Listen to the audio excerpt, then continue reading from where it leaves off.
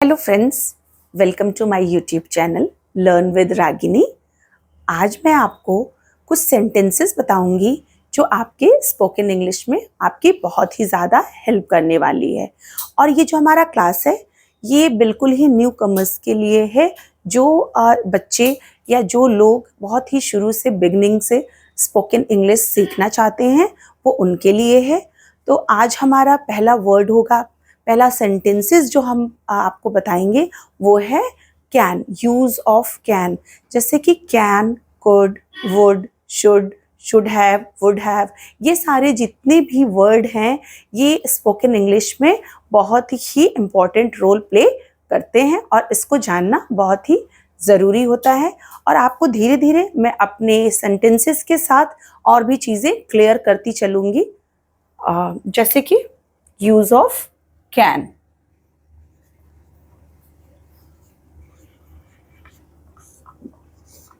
Can का मतलब क्या होता है? आपके दिमाग में ये जा रहा होगा, what is the meaning of can? Can means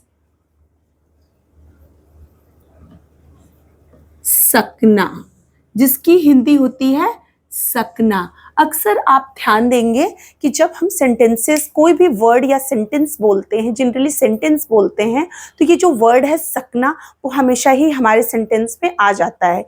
जैसे कि तुम खाना बना सकती हो, तुम पढ़ाई नहीं कर सकते हो, तुम फुटबॉल नहीं खेल सकते हो, मैं खाना खा सकती हूँ, मैं जूस पी सकती हूँ। कोई भी सेंटेंस, तो सकना, सकते हो, खा सकते हो, खेल सकते हो, पढ़ सकते हो, तो ये हमेशा आपके एक वर्ब के साथ ही जुड़ा होता है, हमेशा ही। जैसे एक हिंदी सेंटेंस ले लीजिए, राम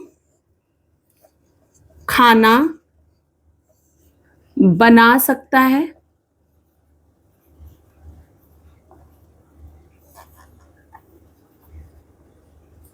बना सकता है, ये हमारा सेंटेंस है।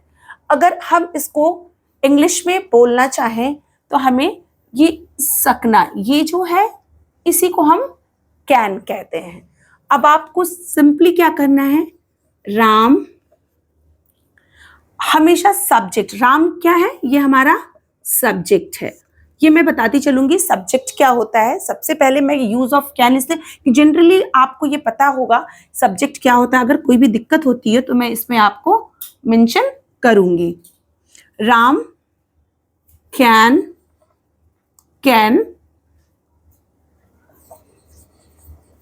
Cook the food. ठीक है, राम सब्जेक्ट, कैन जो यूज ऑफ कैन है, मीन्स ये हमारा आप कह सकते हैं हेल्पिंग वर्ब है यहाँ पे, क्योंकि इसमें जो कैन के सेंटेंसेस होते हैं इसमें इज, एम, आर हम यूज नहीं कर रहे हैं, तो ये हमारा हेल्पिंग वर्ब हो गया जो हमारे इस सेंटेंस को बनाने में हेल्प करता है। तो helping verb plus cook, cook is the main verb. Main verb वो वर्ब होते हैं जो हमारे सेंटेंस के लिए बहुत ही मेन होते हैं, जैसा कि आपको नाम से ही लग रहा होगा। अगर इस कुक को हम हटा दें तो सेंटेंस बन ही नहीं सकता। राम कैन द फूड, क्या इसका कोई मीनिंग नहीं लगी, बिल्कुल ही बिना मीनिंग के ही है। Cook the food, food is the object, ये हमारा ऑब्जेक्ट हो गया। तो ये हमारे ये फॉर्मूला हो गया एक तरह से, subject plus helping verb plus main verb plus object. एक और सेंटेंस हम ले सकते हैं कुछ भी, जैसे मेरी मम्मी गाना गा सकती है। तो सेम, ये मेरी मम्मी इज द सब्जेक्ट, गाना ऑब्जेक्ट, गा आपका मेन वर्ब, सकना सेम। माय, मेरी का माय, मदर अगेन सकना। इसके इंग्लिश तुरंत आपके सब्जेक्ट के बाद आएगी, ये आपका फॉर्मूला है। कैन, अब आपका ये हो गया हेल्पिंग वर्ब, मेन वर्ब, गाना गा सकते, कैन सिंग द सॉन्ग। फिर यही देखिए, ये subject plus helping verb plus main verb plus object. Thank you. और फ्रेंड्स, अगर आपको कैन से रिलेटेड कोई भी दिक्कत आ रही हो, कोई प्रॉब्लम हो, कोई क्वेरी हो, तो आप मुझे कमेंट बॉक्स में पूछ सकते हैं।